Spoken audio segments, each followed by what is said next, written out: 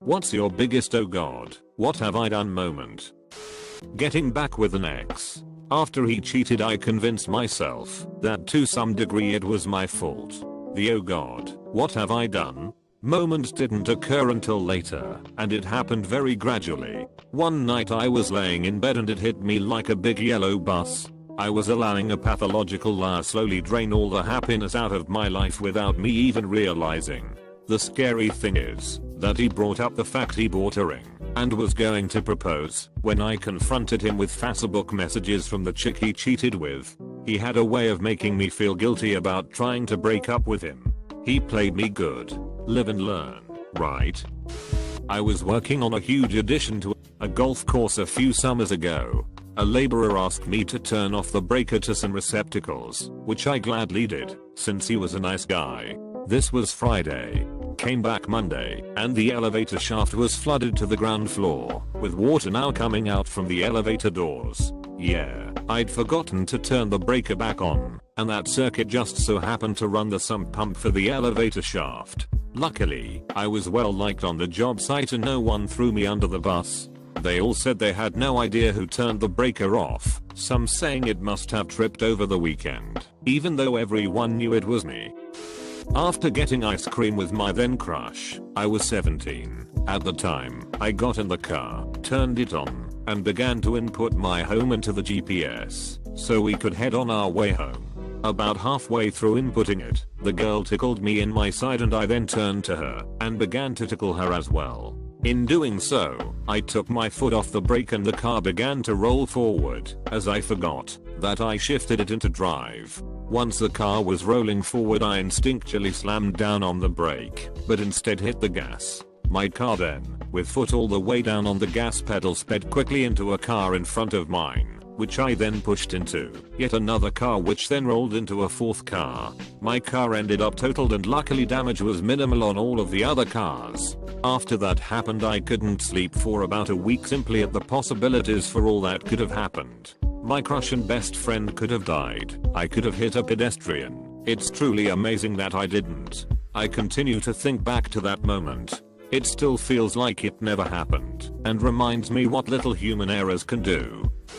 Last week, I was doing necropsies on birds. Now these birds were unthawed at least 3 times by this point and left at room temperature for 24 hours each time.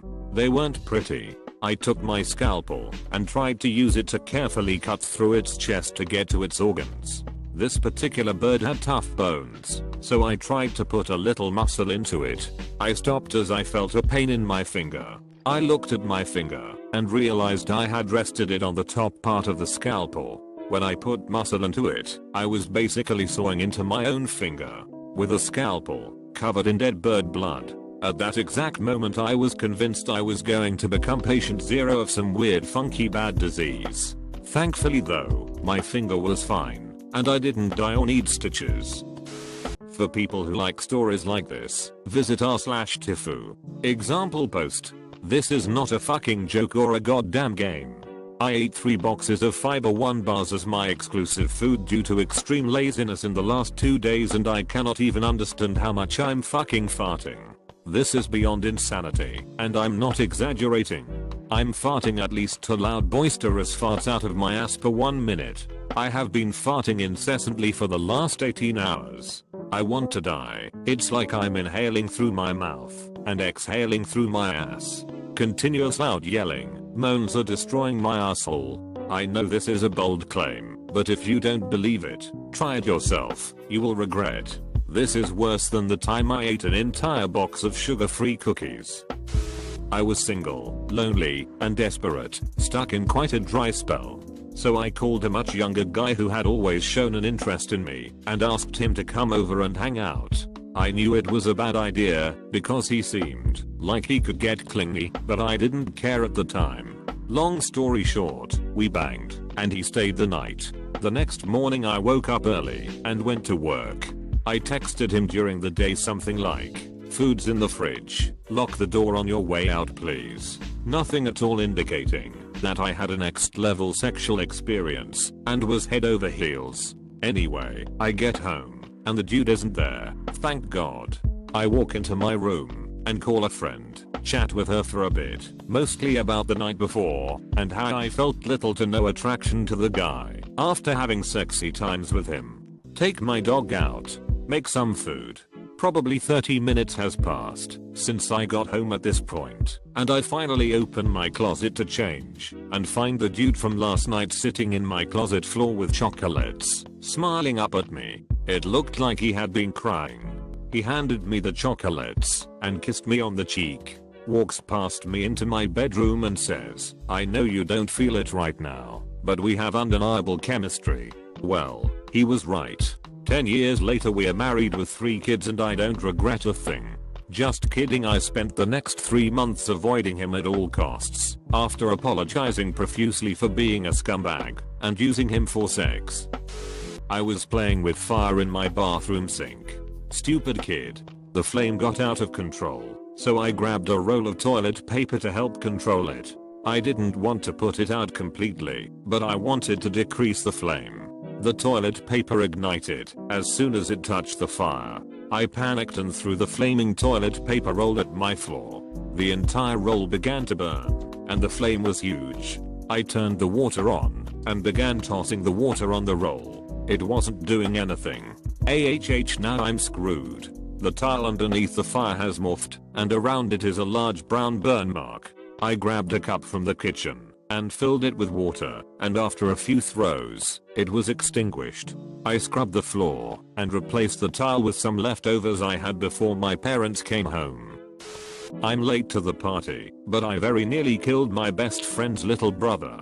I was 16, he was probably 12, and had been asking me if he could hold on to my spoiler and skateboard, skitch behind my car all day long. It was the last day of summer vacation and we were hanging out as usual. It was sunny and warm.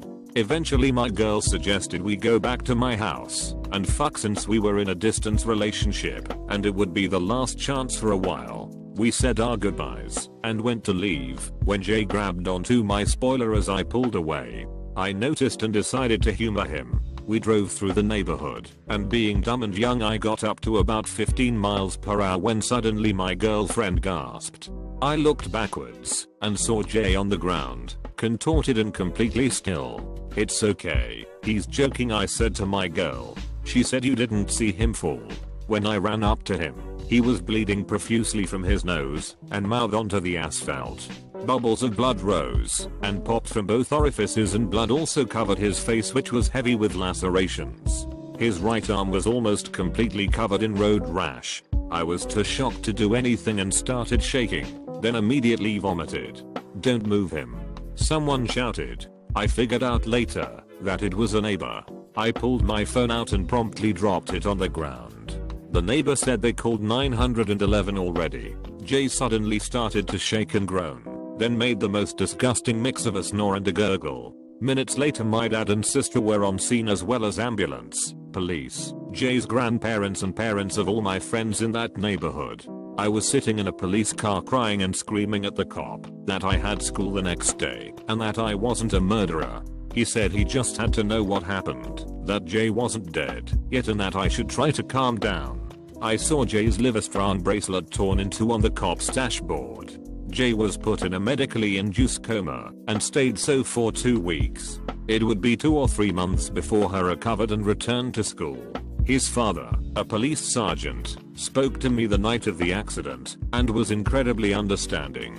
He didn't blame me and said that Jay had previously asked him if he could skitch behind his car. They would not be pressing charges. I received a reckless driving which was dismissed after I testified to the emotional stress and shock I had endured.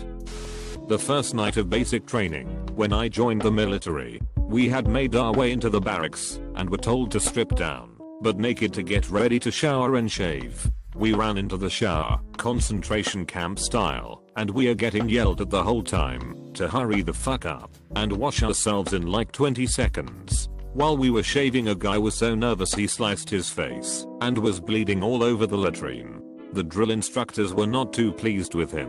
I remember getting back to my wall locker and standing naked while the drill instructors kept yelling at us about God knows what. The entire time I was thinking, oh God, what have I done? But it got better. I once went on a night out with friends, dressed as a Dalek. It was a fun night out, with one particular drawback. People kept on pulling on my stalk. It was very annoying. Every club we went to, someone would try and give it a bloody good yank, causing me issues. In the last club we went to, I was at my wit's end, especially with trying to navigate stairs. In that regard, art truly was reflecting life. Then, just as I'm at the bottom, someone gave my stalk the hardest tug of the night. I grabbed their arm, spanned them round, and was just about to put them in a half Nelson, when I realized three things very quickly. This wrist was very thin. People stood around me were looking very shocked. A shitted Sajal and her boyfriend is huge. I also learned it's surprisingly easy to run when you lift up the skirt around the costume. TL. Doctor dressed as Dalek for night out. Got annoyed with people pulling my stalk. Almost ripped a girl's arm off. Ran away. I was waiting at a busy crossroads traffic lights, and while waiting for the man to turn green I saw a jogger with headphones about to run across the road. I looked up to see an 8-wheeler lorry obviously going too fast to stop in time, and thought oh shit. I put my arm up forcefully to stop the jogger, ended up punching him in the chest and almost knocking him over, only for the lorry to turn off, out of the path the jogger would have taken. Man turned green, I got out there. TL. Doctor accidentally punched a guy to stop him from getting pasted on the road. Wouldn't have gotten hit anyway.